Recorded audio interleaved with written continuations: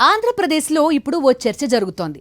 ఏపీలో ప్రస్తుతం అమలవుతోన్న సంక్షేమ పథకాలు ఇలానే కొనసాగాలంటే, ఈజ్ ఆఫ్ డూయింగ్ బిజినెస్లో దేశంలో అగ్రగామిగానే ఉండాలంటే, నిరుపేదల ఇళ్లలో వెలుగులు అలానే ఉండాలంటే, ఏపీ యువత ప్రపంచంలో ఉన్నత శిఖరాలు అధిరోహించాలంటే, బీదా బిక్కి చిన్న పెద్ద అంతా ఆయురారోగ్యాలతో హాయిగా ఉండాలంటే, రైతుల లోగిళ్లు సుఖశాంతులతో సిరి సంపదలతో తులతూగాలంటే, వచ్చే ఎన్నికల్లోనూ ఏపీకి ముఖ్యమంత్రిగా జగనే కావాలి అంటున్నారు జనం ముక్త కంఠంతో.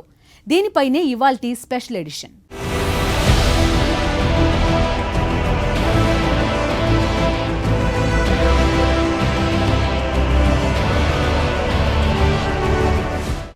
మేనిఫెస్టో కొందరికి ఓట్లకు గేలం వేసే ఒక ఎర మాత్రమే.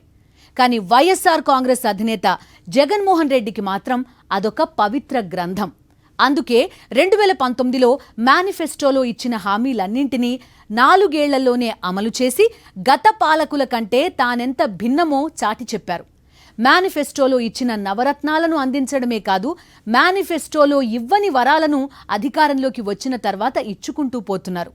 అందుకు చాలా రంగాల్లో ఏపీ గురించి ప్రపంచ దేశాలు ప్రశంసల జల్లు కురిపిస్తున్నాయి.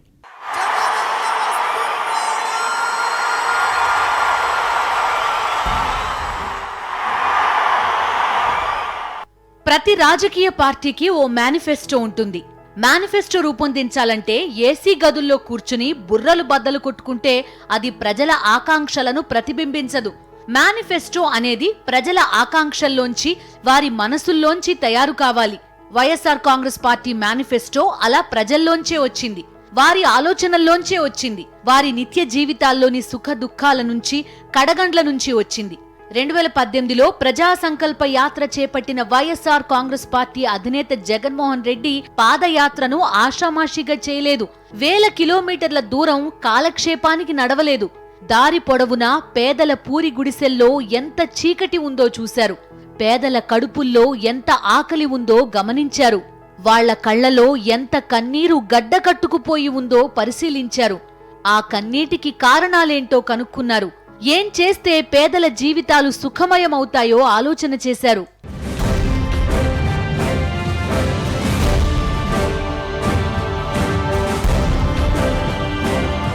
రకరకాల చేతి వృత్తుల వారికి ఉన్న సమస్యలేంటో వారినే అడిగి తెలుసుకున్నారు.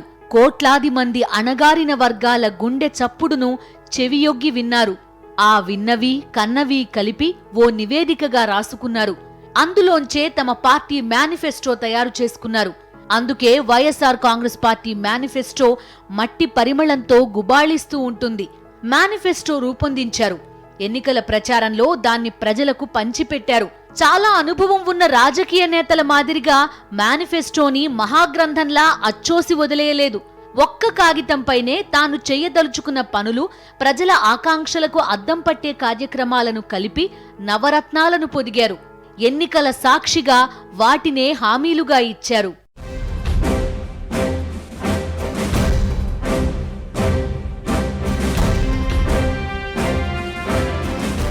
మేనిఫెస్టో అంటే కేవలం ఎన్నికల ప్రచారంలో ఓట్లు ఆకర్షించడానికి వేసే గేలం కాదు, కాకూడదు అన్నది జగన్మోహన్ రెడ్డి ఫిలాసఫీ.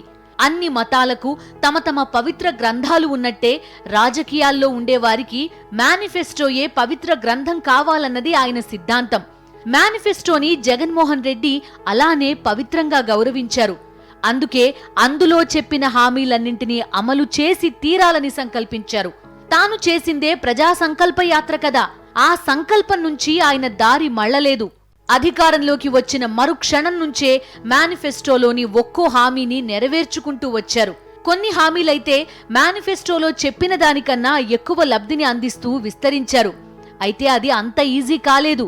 అధికారంలోకి వచ్చిన పార్టీ ఇచ్చిన హామీలన్నీ అమలు చేసుకుంటూ పోతే ఇక ప్రతిపక్షానికి గిరాకీ లేకుండా పోతుంది కదా. ప్రజలు తమని మర్చిపోయినా మర్చిపోతారన్న భయం వల్లనో, జగన్మోహన్ రెడ్డి జనం గుండెల్లో పాతుకుపోతారన్న ఆందోళనో తెలియదు. కానీ ఏపీలో తెలుగుదేశం, జనసేన పార్టీలు రెండూ కూడా పేదల పథకాలకు రకరకాలుగా ఆటంకాలు సృష్టిస్తూ వచ్చాయి. ప్రత్యేకించి ప్రధాన ప్రతిపక్షమైన టీడీపీ అధినేత చంద్రబాబు నాయుడైతే కోర్టులను ఆశ్రయించి పేదలకు ఏ పథకం అందకుండా అడ్డుకునే ప్రయత్నాలు చేశారు. వాటిని న్యాయ పోరాటాల ద్వారానే అధిగమించిన జగన్మోహన్ రెడ్డి పేదలకు తాను ఇవ్వదలుచుకున్న పథకాలను ఇచ్చుకుంటూ పోయారు. అందుకే 4 ఏళ్ల పాలనలోనే 98.5% హామీలను అమలు చేసేశారు. ఇది దేశ చరిత్రలోనే అపూర్వం, అపురూపం, అనితర సాధ్యం అంటున్నారు నిపుణులు. నవరత్నాలు నవశకానికి శ్రీకారం చుట్టాయి. నవశకం రాష్ట్రానికి జవసత్వాలు తెచ్చింది. జీవితంపై ఎన్నడూ లేని ధీమా వచ్చి చేరింది. పరిపాలనకు కొత్త అర్థం దఖలుపడింది. గాంధీజీ కలలు కన్న గ్రామ స్వరాజ్యం నిజమైంది. ఊళ్లకు ఊళ్ళు ఏళ్ల తరబడి ఉన్న సమస్యలను వదిలించుకుని ప్రగతి పథంలో పరుగులు పెడుతున్నాయి. ₹1 లంచం అవసరం లేదు. రాజకీయ నేతల కాళ్లా వేళ్లా పడి పైరవీలు చేసుకోవలసిన అగత్యం లేదు. ఆ పార్టీ ఈ పార్టీ అన్న వివక్ష లేదు. ఆ ప్రాంతం ఈ ప్రాంతం అన్న తేడా లేదు. కులాలు మతాల చట్రాలతో పని లేకుండా పోయింది. పాలన కొత్త పుంతలు తొక్కుతోంది. అధికార యంత్రాంగం కొత్త రూపు దాల్చింది. అర్హత ఉంటే చాలు, ప్రభుత్వం ఇచ్చే ఏ పథకమైనా ఇంటికే నడిచొచ్చేస్తోంది.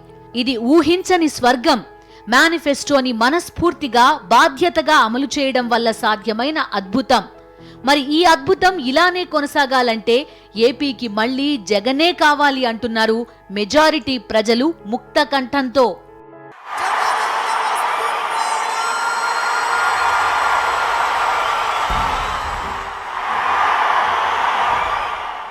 విద్య, వైద్యం ఈ రెండు ఎక్కడ అద్భుతంగా ఉంటాయో ఆ రాజ్యం అన్ని రంగాల్లోనూ ప్రగతి పథంలో దూసుకుపోతుందని ఆర్థిక రంగ మేధావులు అంటారు.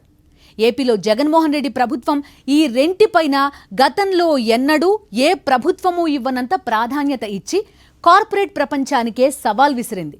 కరోనా కట్టడిలో ఏపీ పనితీరు భేష్గా ఉందని ప్రపంచ ఆరోగ్య సంస్థ మెచ్చుకుంటే, ప్రభుత్వ పాఠశాలల్లో ఇంగ్లీష్ మీడియంలో అదరగొట్టిన తెలుగింటి పేద పిల్లలు అమెరికాలో వైట్ హౌస్లో అడుగుపెట్టి కాలర్ ఎగరేశారు. నాడు నేడు పథకం ద్వారా విద్యా సంస్థలు, ఆస్పత్రుల రూపురేఖలు మార్చేసిన జగన్మోహన్ రెడ్డి ఆరోగ్య రంగంలో ఎవ్వరూ ఊహించని విప్లవానికి నాంది పలికారు. రాష్ట్రాన్ని ఆరోగ్య ఆంధ్రగా మార్చేశారు. నాణ్యమైన చదువులు చదివితే ప్రపంచాన్ని ఏలే ఉద్యోగాలొస్తాయి. 2019కు ముందు నాణ్యమైన చదువులంటే అవి బాగా డబ్బు చేసిన వారికి మాత్రమే సాధ్యమయ్యే కార్పొరేట్ విద్యా సంస్థల్లోనే అందుబాటులో ఉండేవి. అద్భుతమైన ప్రభుత్వ విద్యా సంస్థలను ఉద్దేశపూర్వకంగా దెబ్బతీసి కార్పొరేట్ విద్యా సంస్థలకు కొమ్ము కాసేది గత ప్రభుత్వం. నిరుపేదలు చదువుకునే ప్రభుత్వ పాఠశాలలను నామమాత్రంగా నడిపారు. ఇంగ్లీష్ మీడియంలో చదవాలంటే కార్పొరేట్ స్కూళ్లే గతి. కానీ పేదలకు స్తోమత లేని పరిస్థితి. అందుకే నాడు చదువు కొనుక్కోగలిగిన వారికి మాత్రమే దక్కేది. 2019 తర్వాత పరిస్థితి మారిపోయింది. నాడు నేడు పేరుతో ప్రభుత్వ పాఠశాలలకు వైభవం తెచ్చారు ముఖ్యమంత్రి జగన్మోహన్ రెడ్డి. కార్పొరేట్ స్కూళ్లకు ధీటుగా ప్రభుత్వ బడులు తయారయ్యాయి. కార్పొరేట్ కాలేజీలను తలదన్నేలా ప్రభుత్వ కాలేజీల్లో సదుపాయాలు పెంచారు. ఇంగ్లీష్ మీడియం చదువును పేదలకు సొంతం చేశారు. ప్రభుత్వ బడులను డిజిటలైజ్ చేశారు. 8వ తరగతి నుంచి విద్యార్థులకు ట్యాబ్స్ ఇచ్చారు. ప్రభుత్వ స్కూళ్లలో చదివే పేద విద్యార్థులు అమెరికన్ స్లాంగ్లో మాట్లాడి అదరగొట్టేస్తున్నారు. వాళ్ల ఇంగ్లీష్ చూసి కార్పొరేట్ విద్యా సంస్థలు చదివిన దిగ్గజాలే ఆశ్చర్యపోతున్నారు. నోబెల్ అవార్డు గ్రహీతలు ఏపీలోని విద్యా సంస్కరణలు అద్భుతంగా ఉన్నాయని మెచ్చుకుంటున్నారు. ఏపీలో ప్రభుత్వ పాఠశాలలో చదువుకుంటున్న పిల్లలు మొన్ననే అమెరికాకు వెళ్లి అక్కడ ఇంగ్లీష్లోనే కాదు, భవిష్య భారతంపై అద్భుతమైన ప్రసంగాలు ఇచ్చి తెలుగు జెండానెగరేశారు. ఇంతవరకు భారత విద్యార్థులకు సాధ్యం కాని విధంగా అమెరికా అధ్యక్ష భవనం వైట్ హౌస్ లోనే మన సరస్వతి పుత్రుడు ఓ వెలుగు వెలిగారు. ఏపీ కీర్తి పతాకను ఎగరవేశారు. పేదలకు ఇంగ్లీష్ మీడియం అందిస్తామన్న విపక్షాలు అడ్డుపడ్డాయి. అయితే వారిని ఖాతరు చేయకుండా ప్రభుత్వం అనుకున్న లక్ష్యం దిశగా ముందడుగులు వేసింది.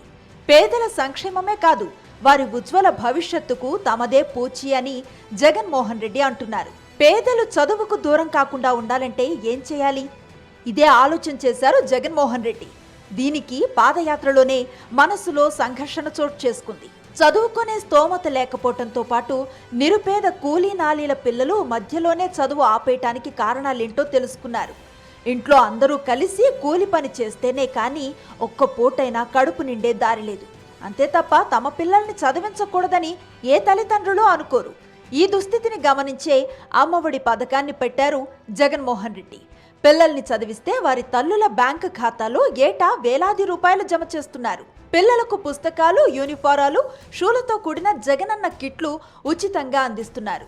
ఫీజ్ రియంబర్స్మెంట్, విదేశీ విద్యా పథకం, జగనన్న విద్యా దీవెన, జగనన్న వసతి దీవెన, జగనన్న గోరుముద్ద వంటి వినూత్న పథకాలు అమలు చేయడంతో ప్రభుత్వ స్కూళ్ల ముందు నో వేకెన్సీ బోర్డులు పెట్టాల్సిన పరిస్థితులు వచ్చాయి. ప్రభుత్వ విద్యా సంస్థలు ఇప్పుడు కాలర్ ఎగరేసుకొని గర్విస్తున్నాయి. ఈ విద్యా విప్లవం ఏపీ నుదిటి రాతనే మార్చేస్తుందంటున్నారు విద్యావేత్తలు. జగన్మోహన్ రెడ్డి ముఖ్యమంత్రి అయిన తర్వాత ఏడాది తిరగకుండానే కరోనా మహమ్మారి ప్రపంచాన్ని కంగారు పెట్టింది. అత్యంత ప్రమాదకర ఘంటికలు మోగించిన కరోనా సమయంలో వైద్య ఆరోగ్య మంత్రిత్వ శాఖ అధికారులతో జగన్మోహన్ రెడ్డి సమీక్ష నిర్వహించారు. ఏపీలో వైరల్ పరీక్షలకు రక్తం నమూనాలను పూణేలోని ల్యాబ్కు పంపాల్సి వస్తుందని అధికారులు చెప్పడంతో జగన్మోహన్ రెడ్డి ఆశ్చర్యపోయారు. మన రాష్ట్రంలో వైరాలజీ ల్యాబ్సే లేవా అని అడిగారు. వారు లేవని చెప్పడంతో ఎన్నో కబుర్లు చెప్పే టీడీపీ హయాంలో వైద్య ఆరోగ్య పరిస్థితి ఇంత అధ్వానంగా ఉందా అని అనుకున్నారు. అంతే, అప్పటికప్పుడు వైరాలజీ ల్యాబ్స్ ను యుద్ధ ప్రాతిపదికన ఏర్పాటు చేయడానికి ఆదేశాలు జారీ చేశారు. కరోనా వేవ్ రెండో దశలో ఆక్సిజన్ కొరతను దృష్టిలో పెట్టుకుని ఆక్సిజన్ ఉత్పత్తి కేంద్రాలను ఏర్పాటు చేయడానికి 100 కోట్ల రూపాయలు అప్పటికప్పుడు మంజూరు చేశారు. వైద్య ఆరోగ్య విభాగంలో సిబ్బంది కొరత ఉందని తెలియటంతోనే చంద్రబాబు హయాంలో ఏర్పడ్డ ఖాళీలను ఆఘమేఘాల మీద భర్తీ చేయాలని నిర్ణయించారు. అలా 58,000కు పైగా ఉద్యోగులను ఒక్క వైద్య ఆరోగ్య శాఖలోనే నియమించారు. పేదవారికి కార్పొరేట్ వైద్యాన్ని అందించాలన్న దివంగత ముఖ్యమంత్రి వైఎస్ఆర్ ఆశయం మేరకు మొదలైన ఆరోగ్యశ్రీ పథకాన్ని వైఎస్ఆర్ మరణానంతరం రాష్ట్రాన్ని నేలిన వారు నిర్లక్ష్యం చేశారు. 2014 నుంచి 2019 వరకు విభజిత ఏపీని పాలించిన చంద్రబాబు నాయుడు హయాంలో అయితే 108 వాహనాలు తుప్పు పట్టి పక్కన పడేశారు. ఈ పరిస్థితిని గమనించిన జగన్మోహన్ రెడ్డి ఒకేసారి 1000కి పైగా అంబులెన్సులను విడుదల చేసి అన్ని జిల్లాలకు వాటిని తరలించారు. అదో పెద్ద జాతరనే తలపించింది. ఇక ప్రభుత్వ ఆసుపత్రులను నాడు నేడు పథకం కింద ఆధునీకరించారు. కార్పొరేట్ ఆసుపత్రులను తలదన్నేలా ప్రభుత్వ ఆసుపత్రులు తయారయ్యాయి. వీటికి తోడుగా రాష్ట్రంలో కొత్తగా 17 మెడికల్ కాలేజీలు ఏర్పాటుకు శ్రీకారం చుట్టారు. అందులో 5 కాలేజీలను ఈ మధ్యనే ప్రారంభించారు. త్వరలో మరో 5 కాలేజీలను ప్రారంభిస్తారు. దశల వారీగా అన్ని కాలేజీలు అందుబాటులోకి రానున్నాయి. పేదల కోసం తలపెట్టిన ఆరోగ్యశ్రీ పథకంలో ఇప్పుడు 3,255 ఆరోగ్య సమస్యలకు చికిత్సను అందిస్తున్నారు. ఇక ఈ మధ్యనే ఫ్యామిలీ డాక్టర్ అనే వినూత్న పథకాన్ని ప్రారంభించిన ముఖ్యమంత్రి గ్రామ గ్రామాన వైఎస్ఆర్ క్లినిక్స్తో పేదలకు వైద్యాన్ని అందుబాటులోకి తెచ్చారు. జగనన్న ఆరోగ్య సురక్ష పేరుతో ఇప్పుడు ఇంటింటికి తిరిగి ప్రజల అనారోగ్య సమస్యలను తెలుసుకొని అవసరమైన పరీక్షలు నిర్వహించి వారికి ఉచితంగానే మందులు, చికిత్సలు అందించే అద్భుత పథకాన్ని ప్రారంభించేశారు. రాష్ట్ర వ్యాప్తంగా ఇప్పటికే లక్షలాది మంది ఇందులో ఎన్రోల్ అయ్యారు. ఇటు విద్యారంగంలోనూ అటు వైద్య రంగంలోనూ ఇంతటి విప్లవాత్మక సంస్కరణలు దేశంలోని మరే రాష్ట్రంలోనూ లేవు. ఏపీని పాలించిన గత పాలకులెవరూ వీటిని కనీసం ఆలోచించలేదు. ఇంత అద్భుతమైన పథకాలు కొనసాగాలంటే, ప్రజలంతా ఆరోగ్యంతో క్షేమంగా ఉండాలంటే ఏపీకి మళ్లీ జగనే కావాలంటున్నారు కోట్లాది మంది ప్రజలు. వ్యవసాయాన్ని దండగమారి వ్యవహారం అన్నారు 40 ఇయర్స్ ఇండస్ట్రీ పెద్ద ఆయన. దాన్ని పండగ చేశారు దివంగత వైఎస్ఆర్. నేడు అదే వ్యవసాయాన్ని ఒక ప్యాషన్గా మార్చి రైతు లోగిళ్లలో సంతోషాల సాగు చేస్తున్నారు జగన్మోహన్ రెడ్డి. రైతు భరోసా కేంద్రాలతో రైతుకు కావలసిన సకల సదుపాయాలు అందిస్తున్నారు. వ్యవసాయానికి ఏటా పెట్టుబడి ఇస్తున్నారు. యంత్రసేవ పథకంతో నిరుపేద రైతులకు వారికి నచ్చిన ట్రాక్టర్లు రాయితీలపై ఇచ్చి వ్యవసాయానికి రాజయోగం తెచ్చారు. వ్యవసాయ ఆధార దేశం మనది. అందులోనూ 80% మంది వ్యవసాయంపై ఆధారపడే రాష్ట్రం మనది. అటువంటి ఆంధ్రప్రదేశ్లో వ్యవసాయాన్ని దండగా అనేశారు టీడీపీ అధినేత చంద్రబాబు. బాబును ఓడించి ముఖ్యమంత్రి అయిన దివంగత నేత వైఎస్ఆర్ ఉచిత విద్యుత్తో రైతుల తలరాతలను మార్చారు. జలయజ్ఞంతో వ్యవసాయాన్ని పండుగ చేశారు. ఇప్పుడు ఆయన తనయుడు వ్యవసాయాన్ని లాభసాటి వ్యాపారంగా తీర్చిదిద్దారు. రైతు భరోసాతో పాటు వ్యవసాయ రంగంలో ఎన్నో పథకాలను అమలు చేస్తూ రైతుల ఇళ్లల్లో ఆనందాలను సాగు చేస్తున్నారు. పోలవరం ప్రాజెక్టును పరుగులు పెట్టిస్తున్నారు. మరిన్ని నీటిపారుదల ప్రాజెక్టులు దూసుకుపోతున్నాయి. అభివృద్ధి అనేది ఏదో ఒక ప్రాంతంలో కుప్పపోసినట్లు పెట్టడం అంటే మిగతా ప్రాంతాలకు అన్యాయం చేసినట్లే, మిగతా జిల్లాల ప్రజలకు ద్రోహం చేసినట్లే. అందుకే అభివృద్ధి వికేంద్రీకరణకు బీజం వేసిన జగన్మోహన్ రెడ్డి పరిపాలనలోనూ వికేంద్రీకరణకు గ్రీన్ సిగ్నల్ ఇచ్చారు. 3 రాజధానుల ఆలోచనతో అన్ని ప్రాంతాల సమగ్ర అభివృద్ధి దిశగా అడుగులు వేస్తున్నారు. అమరావతిని శాసన రాజధానిగా కొనసాగిస్తూనే విశాఖను కార్యనిర్వాహక రాజధానిగాను, కర్నూలును న్యాయ రాజధానిగాను ఏర్పాటు చేయాలన్నది ఆయన నిర్ణయం. న్యాయపరమైన ఇబ్బందులు తొలగిపోయిన వెంటనే 3 రాజధానులతో రాష్ట్రం మురిసిపోవటం ఖాయమంటున్నారు మేధావులు. దేశంలో ఏ రాష్ట్రానికి లేనంత పొడవైన సాగర తీరం ఏపీకి ఉంది. పారిశ్రామిక పెట్టుబడులకు ఏపీని మించిన స్వర్గధామం దేశంలోనే మరోటి లేదు.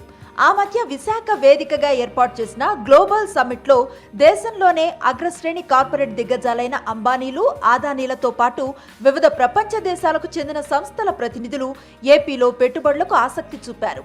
లక్షల కోట్ల రూపాయల పెట్టుబడులతో పరిశ్రమ స్థాపనకు ఒప్పందాలు కుదిరాయి. ఇప్పటికే 4 కొత్త పోర్టులు, 9 ఫిషింగ్ హార్బర్లు, ఉత్తరాంధ్రలో అంతర్జాతీయ విమానాశ్రయాలకు శ్రీకారం చుట్టారు. కడపలో ఉక్కు కర్మాగారం వస్తుంది. కొప్పర్తిలో పారిశ్రామిక వాడ అదిరిపోయే స్థాయిలో తయారైంది. కొత్త పరిశ్రమలు ఏపీ వైపుకు తరలి వస్తున్నాయి. దేశంలో వరుసగా 3వ ఏడాది AP is of doing business లో నెంబర్ 1గా ఉంది. కొత్త పరిశ్రమలతో పాటు లక్షలాది ఉద్యోగాల కల్పనకు బాటలు పడ్డాయి. అభివృద్ధి అదిరింది, సంక్షేమం మురిసింది. దాంతోనే అంతా అయిపోతుందా? కానే కాదు. భిన్న కులాలు ఉన్న మన రాష్ట్రంలో ఎన్నో అసమానతలు, అట్టడుగు వర్గాలకు తరాల తరబడి అందని రాజకీయ ఫలాలు, పదవులు, అవకాశాలు కొందరికి మాత్రమే దక్కుతూ వచ్చాయి. మెజారిటీ వర్గాలకు దామాషా ప్రకారం అందాల్సిన పదవులు రావటం లేదు. ఇదంతా 2019కి ముందున్న పరిస్థితి. దీన్ని మార్చి పారేశారు జగన్మోహన్ రెడ్డి. సామాజిక సమతుల్యతకు పెద్దపీట వేశారు. నామినేటెడ్ పదవులు, నామినేటెడ్ పన్నుల్లోనూ ఎస్సీ, ఎస్టీ, బీసీ, మైనారిటీలకు రిజర్వేషన్లు అమలు చేస్తున్న ఏకైక రాష్ట్రం ఆంధ్రప్రదేశ్. మంత్రివర్గంలోనూ మెజారిటీ పదవులు ఎస్సీ, ఎస్టీ, బీసీ, మైనారిటీలకి అప్పగించి వారి హక్కును కాపాడిన మొట్టమొదటి ముఖ్యమంత్రిగా జగన్మోహన్ రెడ్డి సరికొత్త చరిత్రను సృష్టించారు. ఇది సామాజిక విప్లవమే అంటున్నారు మేధావులు. మహిళలకు స్థానిక సంస్థల్లో 50% పైగా పదవులు అందించిన ఏకైక ప్రభుత్వం ఏపీ ప్రభుత్వమే. ఇప్పుడు కేంద్ర ప్రభుత్వ చట్టసభల్లో మహిళలకు 33% రిజర్వేషన్లు కల్పిస్తూ బిల్లును ఆమోదించింది.